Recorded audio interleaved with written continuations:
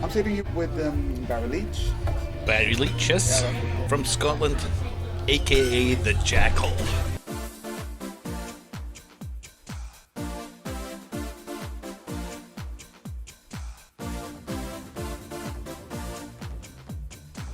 When did you start in the game industry, and how did you start your career there? It was 1986, and I'd started making demos on the Commodore 64, and I was 14, 15 when I was doing that. And then I was so inspired by Rob Hubbard making his music that, well, fuck, I want to make music. I'd start writing music on the computer. You could learn to play the piano, which was a lot of work. But who wants to do that? That's way too much work. You could just program the computer, and that's it. It's done. It was a great solution to a problem.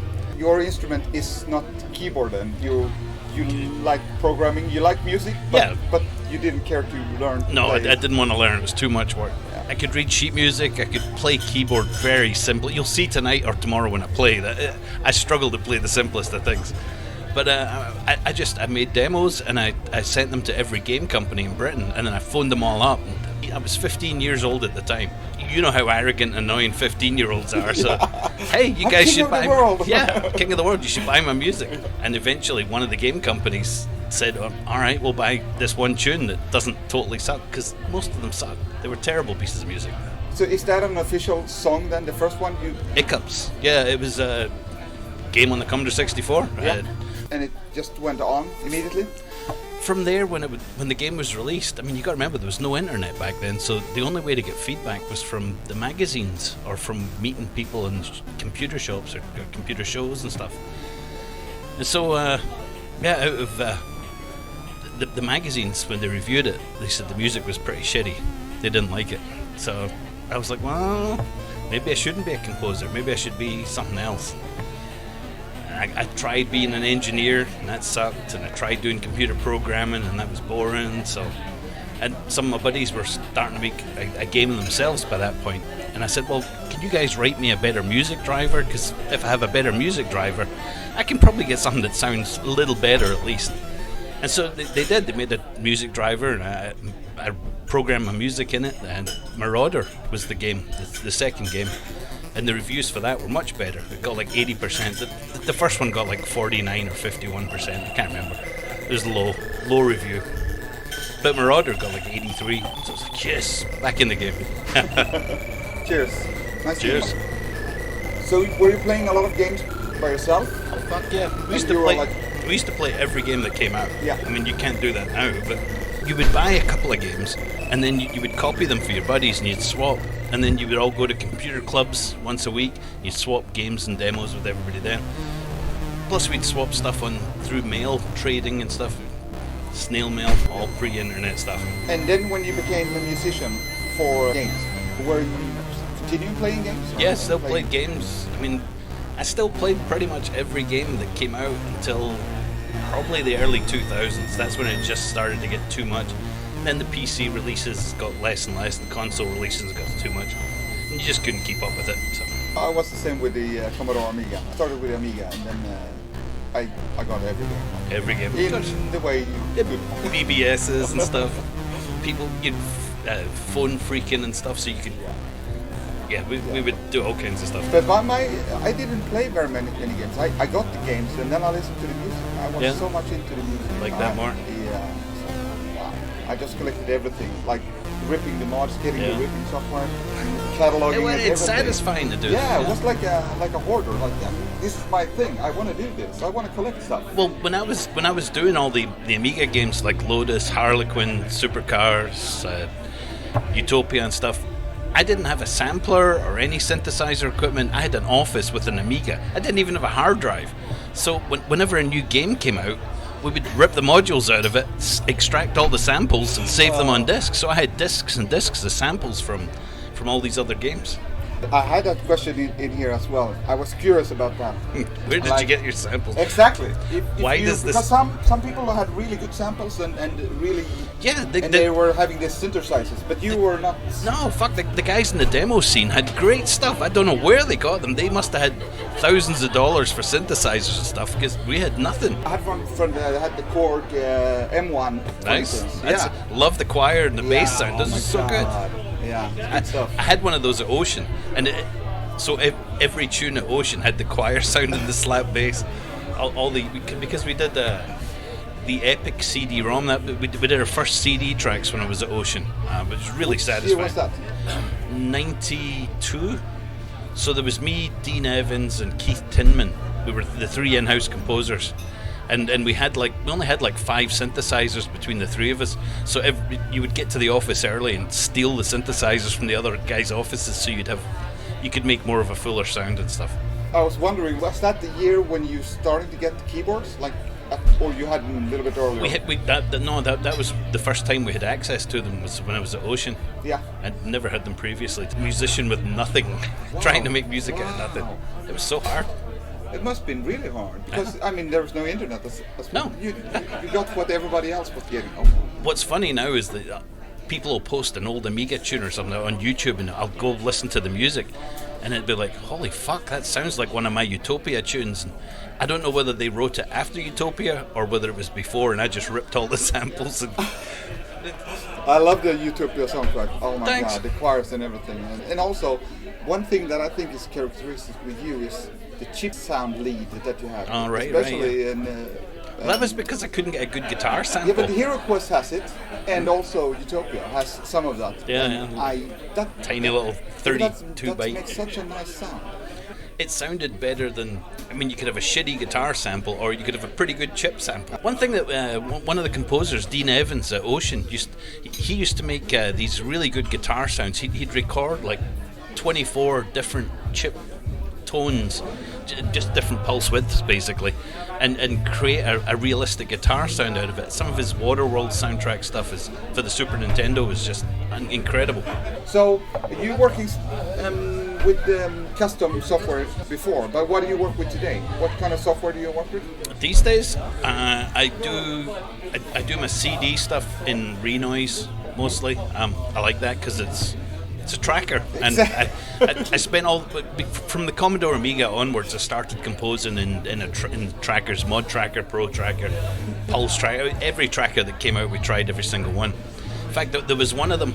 They put a scrolling message in the tracker, which was I don't know why they did it, but when you're sitting working all day in a tracker with a scrolling message, every time you get up out your chair, your balance gets fucked up because of the scrolling message. So you'd stand up and just fall over because you're so used to this.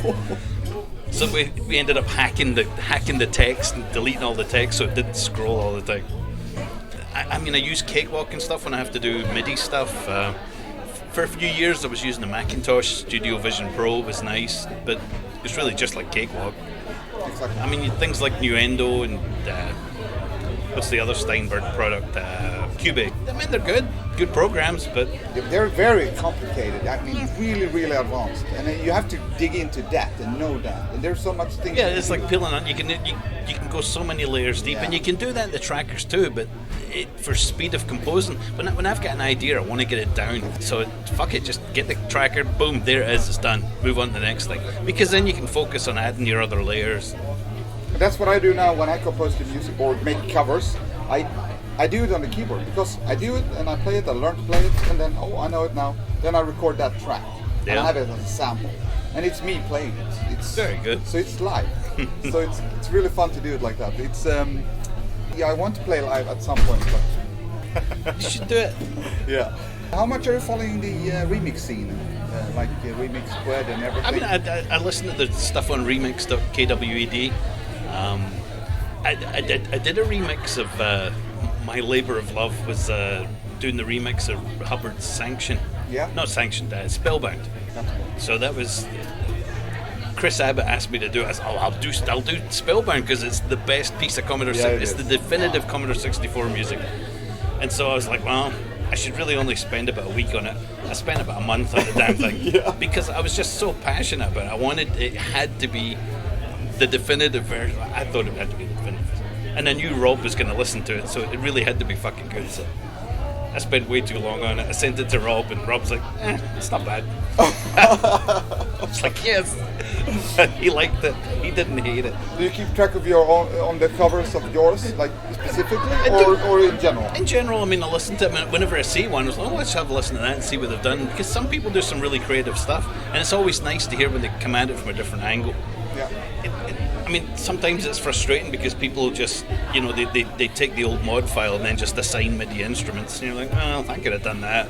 Yep. Sometimes I'm so picky when I do it. I learn the song and everything, and then I'm done, and I'm like, this sounds exactly like it should sound like when you did it. Mm-hmm. And then I'm like, well, I did it now, so I'm proud of it. But somebody could, as you say, take the tracker and just do the same thing. I'm learning it. I'm sitting week for week and just learning to play. Yeah, and I love it because it's like playing a game. Like I'm beating the high score of learning to play the song. But when you're doing remixes of Amiga stuff in particular, I found that it's very difficult to remix things without. You have to change it completely to make it more interesting, because your ears are so tuned to hearing these sample dependent pieces. Speedball would be a good example of that, you know, just with the brass section and stuff, because you expect it to sound exactly like that, and so unless you change the tune a lot and slow it down, or you know, add a reggae beat to it or something, it's. But for me, it's funny because when I did Lotus Turbo Challenge too, I took all the sounds in my keyboard and tried to make them sound like yours, or the one you ripped, maybe. Yeah. I know that you have the yellow chica, and of course, I fell off the chair when I heard you will not copy this game. I was like, Jesus, because I was ripping the song. I was like, what is this sample? And I was turning up the volume. I was like, what the hell? But when I do it, I'm torn up here because I want to make, as you say, different versions. Mm-hmm. But when I make them exactly, they're like, wow, you played it live on your keyboard and it's your sounds. It sounds like I thought it sounded then, but then it's like 4 channels and it's separated. Yeah. So I make it like an upgraded version. Yeah. That's interesting. That's how I do it.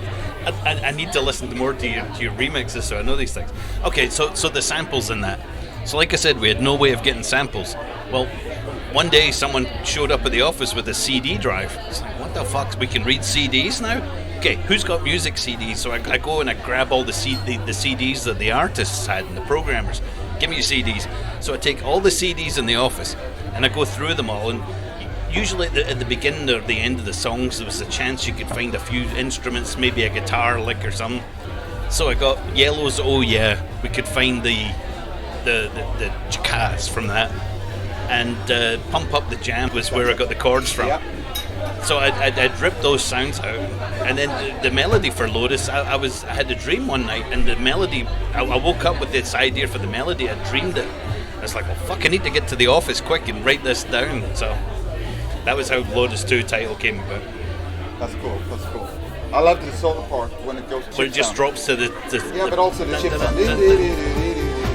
Alright, yeah. There's a brass sound. It's from like the STO1, one of the first discs, sample discs, because it was just a good sound that worked. Yeah, that is an awesome sound. But the drums, then, that's Pump Up the Jam, right? Yeah, the stabs. Because they asked why is there only 3 chords in there? Well, I only had 3 samples. Pump Up the Jam. Yeah. You were working for Fisher Price, right? Yeah. I worked for Fisher Price for 4 years, from 2000 to 2004. Was that also making music? Yeah. I wrote music for a bunch. I mean, I've been doing toys for the last 20 years. Yeah. If you've got kids, you've probably got a toy that has my music in it. I've done hundreds of toys.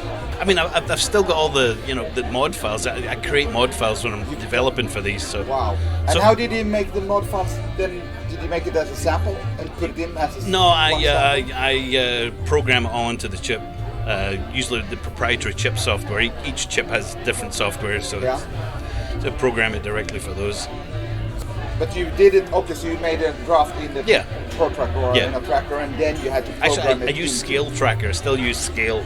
Yeah. I mean, Open Mod Plug Tracker is a great product, but I like Scale because it functions just like Fast Tracker 2. Yeah. Which I use Fast Tracker 2 for years. Yeah. Even like your own tells, there's so much stuff in Fast Tracker.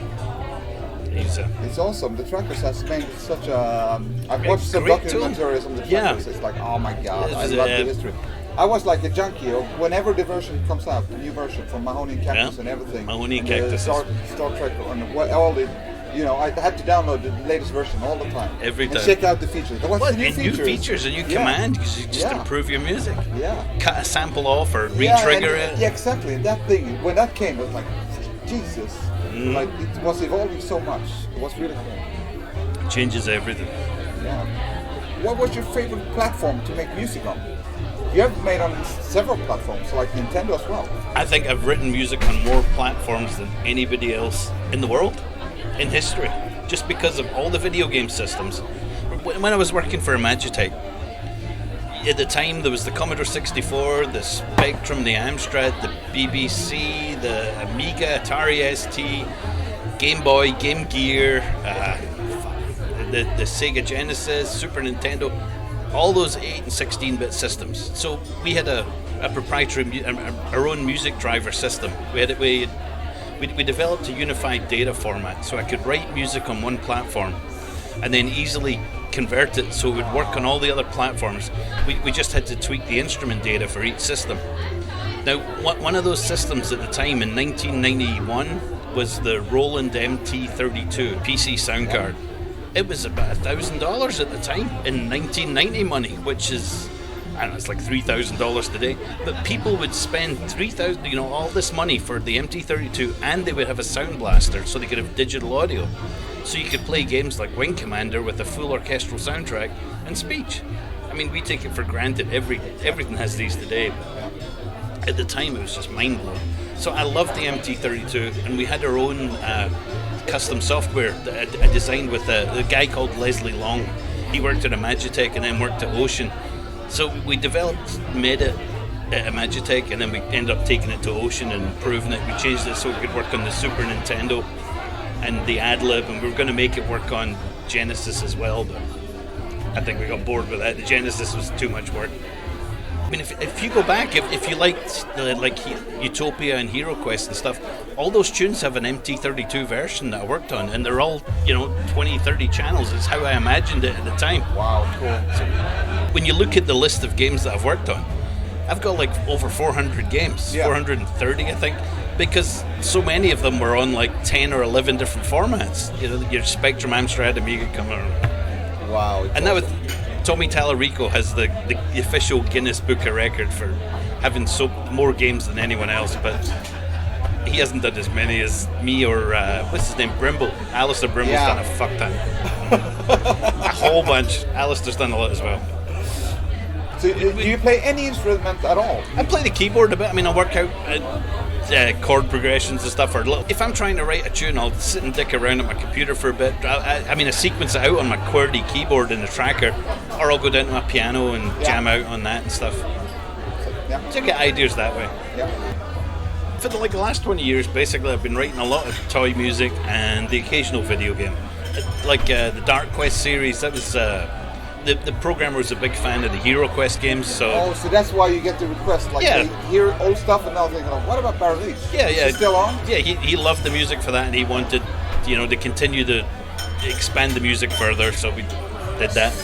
So do they need to force you into it, or did they just ask he asked me, and it was an interesting...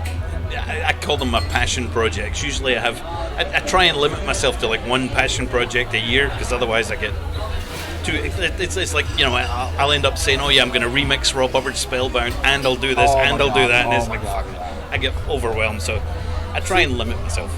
So you get more requests for making game music than you deliver? Or it's even out? Sometimes a lot... In this day and age, you have to be careful what you invest your time in too, because there's so many games just never make it to market. Exactly, it's very competitive. So it's a waste of. Yeah, it's a waste of time and or creativity, because the time you will probably get paid for, but creativity will be like you got paid for something that nobody will look at, and that's what's even more. The Mad Balls soundtrack. Right after Horizon Chase, I did a game called Mad Balls, ironically for a Norwegian company. And those guys were doing a really good job. It looked like it was a 4-player Marble Madness game, looked fun to me and looked like it was almost finished too, but they couldn't make that final transition to get it to market. I don't know if they just ran into financial issues. So you did the music. So I did the music. You got paid for it? I got paid for it, and then nothing. And so you have no rights of doing. They own the music as well. No, I kept the rights to the music, and then so I sat on the music for like 5 years, and I was like, "Are you guys gonna? Is there any chance this game's gonna come out?" And he's like, "Doesn't look like it." So I was like, "Oh shit! I'll publish the soundtrack then, so at least some people hear it." And even then, when you do finally get a game to market, it's getting people to notice it because there's so many fucking games. Here we are now with Horizon Chase 2 soundtrack ready to go, and people are. It's only available on Apple at the moment, so people limited to see it. Why? I imagine if they were only released on Apple for the first year or 6-7 months, there's a very good reason for it. I'm sure they were involved in. Okay. Fine, I'm speculating here, but there was probably money changed hands. Would be my guess. Okay, so some exclusive rights. Yeah, because it's good for Apple. It's good for the game company. Yeah, cool. That works. Yeah, that works. Anything this day and age to get a game published. So you've been working as a musician. Yeah, composer for your whole life. Yeah. Well, I was an apprentice engineer for 6 months or so, and that was shitty. And I was a programmer, learning to program. I did a 2-year course and I finished it in 6 months, and they were like, right, you need to fucking go because you're disturbing the peace and making noise. God damn. So then I became, I went to college. Again, it was supposed to be a 2-year course, but 6 months into programming. I thought, well, I'll get a degree in programming, but at the time, the programming courses were terrible. You had to write it all on paper. It's like, who's going to do that? I'm not going to write shit down. I want to program it. Because that's how you program it. If it doesn't work, you go back and change it. It's not like you write it out, hand it to the teacher, who's then going to tell you, or he's going to type it into the computer. Fuck that.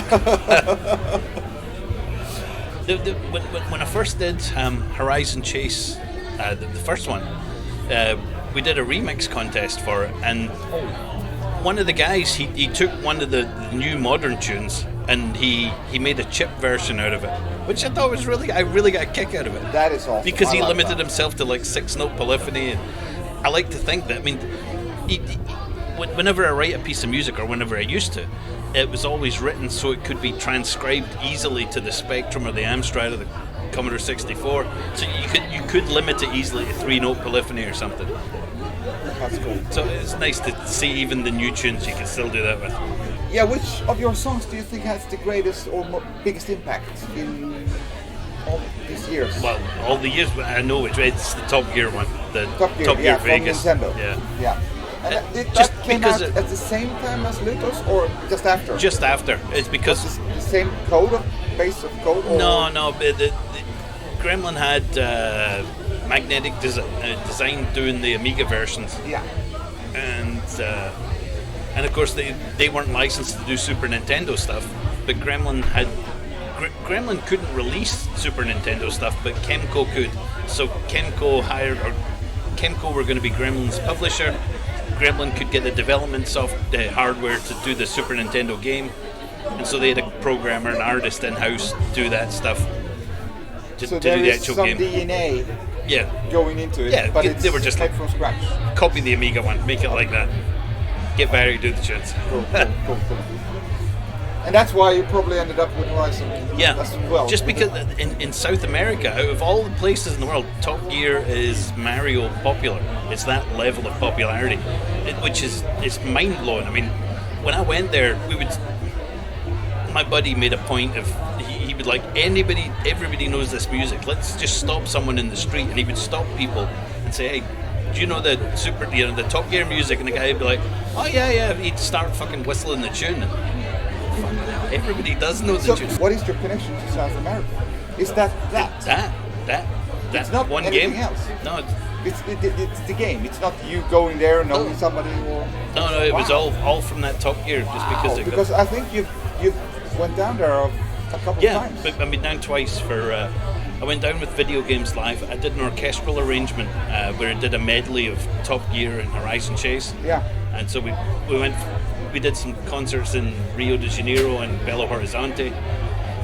and I went back again for Brazil Indie Game Festival, which is pretty damn cool. But yeah, I did a wee concert there with my buddy Nino MegaDriver. He plays heavy metal cover versions of old game stuff. He's a good guy. Seems like to be a theme of making covers, because I think metal covers like Press Play and Tape has their thing in Denmark, and these guys and fast loaders as well. Loaders. I think it's a really cool thing. It is as a hardcore. And a lot of my tunes were fast and arpeggios, guitars like that stuff. Well, Nino was one of the first guys to contact me. It was about 20 years ago, and he emailed me. He's like, "Hey, I can play your Top Gear tune on guitar." I was like, "Fuck off! No, you can't. Ain't nobody playing that shit. It's too fast." And he says, "No, I can." And he sent me a video, just this little 7 megabyte video that he emailed, and it's him going, "Chris, like Jesus, he can." I think I've heard at some place where you said, that you can't even play your songs, and your people learning to play the song, and you're like, they're not supposed to be played. Yeah, it's nuts. CD said that. I mean, you see guitarists in America and Europe, they'll play Stairway to Heaven and stuff on the guitar when they're learning. In Brazil and South America, they play Top Gear. Wow, these guys can really play. What was your influences of making music? Rob Howard, Martin Galway, Ben Dalglish. So you were looking at some other musicians on the game. Well, that was why I started. Yeah. I mean, musically since then, everybody and their dog, There was a band I worked with, Alien Sex Fiend. I got them involved in the soundtrack when I was at Ocean Software. We did a game, Inferno. We did the whole soundtrack together. So that was kind of cool. I like that. I don't know. Everybody's influence on this. I worked with Aquarius's guitarist, Aquarius's music producer, Paolo Borra. He played live guitar on all the tracks for this. He also did the producing, which was great, so I didn't have to mix and screw around with stuff. Because mixing just... you spend hours just to dust. I'm there. It's like a house of cards. You start tweaking one little hi-hat sound and everything sounds... Because I make these songs on my keyboard all the time. Like once a week, I try to release a new one. Mm-hmm. And then I was making for the competition tomorrow. I was like, I should master this one. I should learn how to do that. Then I started to tweak it, and I started, should I do it on the whole track? And then it's like the drums went fucked up. I'm like, no, okay, do it in each track. And then the sound started to sound weird, and I'm like, fuck it. No, I publish it as just record the output. And probably the guy who's playing the song tomorrow will probably tweak the sound to make it sound good. Anyway. How I learned to mix was when I was at Atari, and we were doing Gauntlet Dark Legacy. And it was my first time working on an arcade machine. Now, in the arcade environment, because it's so noisy with all the machines and systems, everything, you only had 6 dB difference between your headroom and your floor. So everything had to be super compressed. Otherwise, it just sounded like shit. And so our people wouldn't hear it. So I spent weeks mixing that. The first tune was the Mausoleum piece with a big pipe organ, which was just it was the worst tune to start learning with, because it's got all these big drums and the pipe organ just uses the whole frequency. What a mess. Compressing it. I had a really good time meeting you. That's lovely talking to you. Wow. It's Thanks. Cheers. Thank you very much. Howdy.